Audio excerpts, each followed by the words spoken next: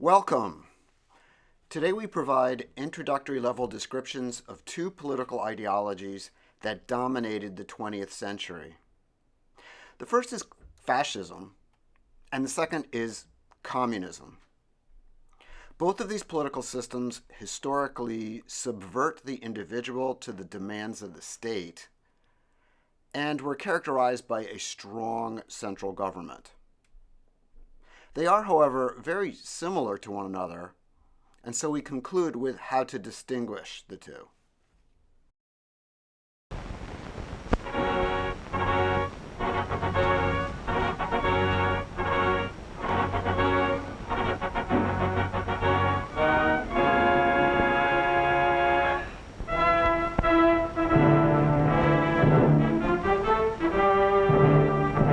On the heels of his recent move to dominate Austria, Chancellor Adolf Hitler's tensely awaited speech before the Reichstag threw all Italy expected to support Germany's policy. Austria and Hungary face loss of independence in a realignment of world power. Germany will extend protection over millions of Nazis in neighboring countries, Hitler asserted.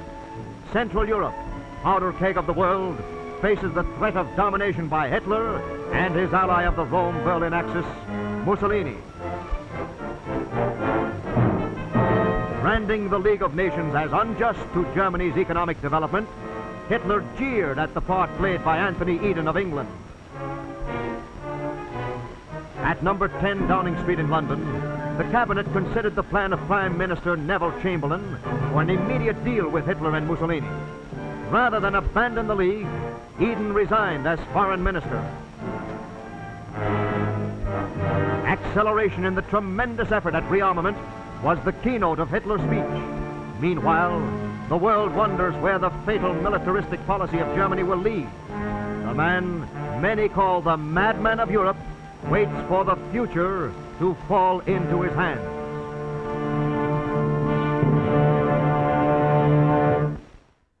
Fascism is a philosophy that exalts the nation and often the race above the individual. Fascist governments are autocratic and ruled by a dictator. They are militaristic, forcibly repress all opposition, and maintain a regimented social hierarchy. The ideology is on the far right side of the political spectrum.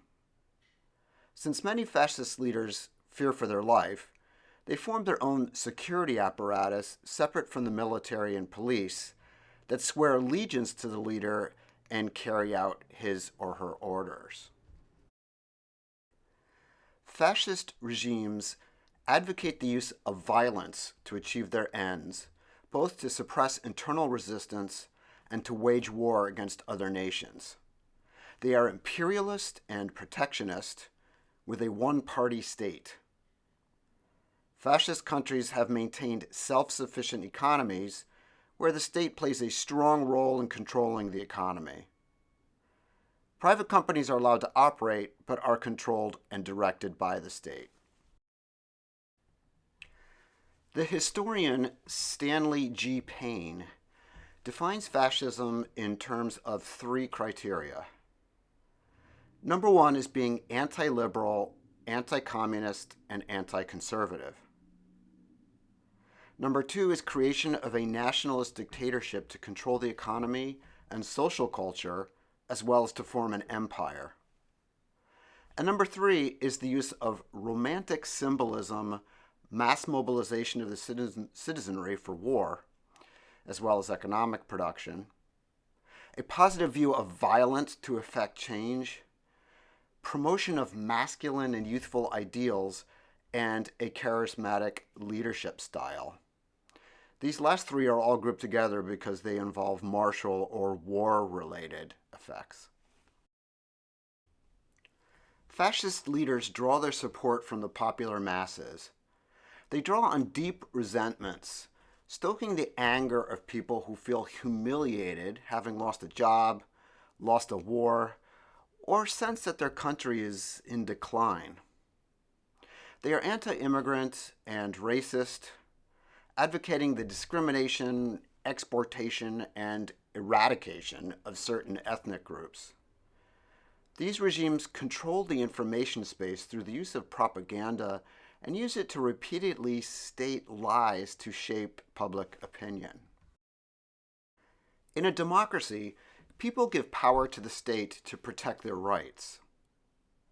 In fascist countries, citizens have no power. They must obey all orders issued by the state.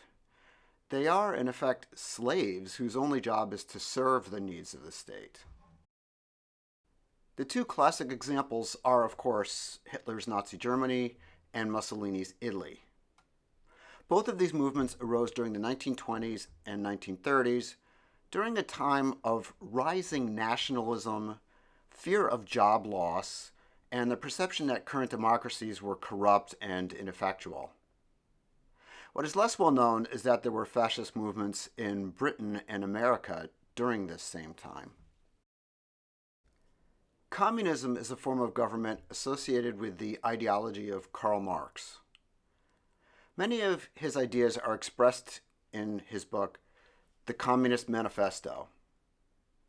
The goal of communism is to create a state without any classes in which everyone shares economic wealth equally and where the state controls all property and wealth.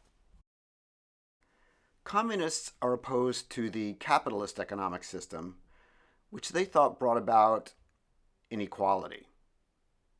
They thought capitalism resulted in a class of factory owners who would get richer and richer, while exploiting a secondary class of workers who would get more and more poor. In practice, these ideals were never achieved. All communist countries to date have been ruled by totalitarian dictators who kept all of the wealth to themselves while controlling everyone else's lives. Many of these nations were quite brutal in their repression of civilians, confiscating their property, conducting mass deportations and executions. Tens of millions of people died in Russia and China as a result of these policies. Thankfully, many communist countries have since collapsed. However, as of 2020, there are still 5 left. These include China, Cuba, Laos, North Korea, and Vietnam. Communism is considered a form of socialism, a doctrine that calls for public instead of private ownership of property. Socialists believe everything people produce is a social product, and that everyone who contributes to its creation is entitled to a share. Society should therefore control property for the benefit of all. Capitalist countries have typically been opposed to communism, as can be seen in this early British propaganda poster. Fascism and communism, as practiced, are more alike than different. Each involves the total control of the state, with dictators at the helm. Each subverts individualism, suppresses all opposition, and uses violence and propaganda to achieve their ends. Each is expansionistic and imperialistic, seeking to conquer and control other nations. Whereas fascism is on the far right politically, communism is on the far left. Both systems historically have despised democracy, debate, freedom, and elections. However, there are some notable differences. In communism, the government controls the means of production. All companies become state-run enterprises.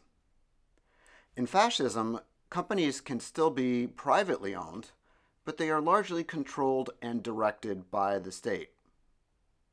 While the Nazis saw nationality and race as important, the communists saw class as important. The Nazis perverted religion, while the communists eradicated it because they saw it as competing with the state.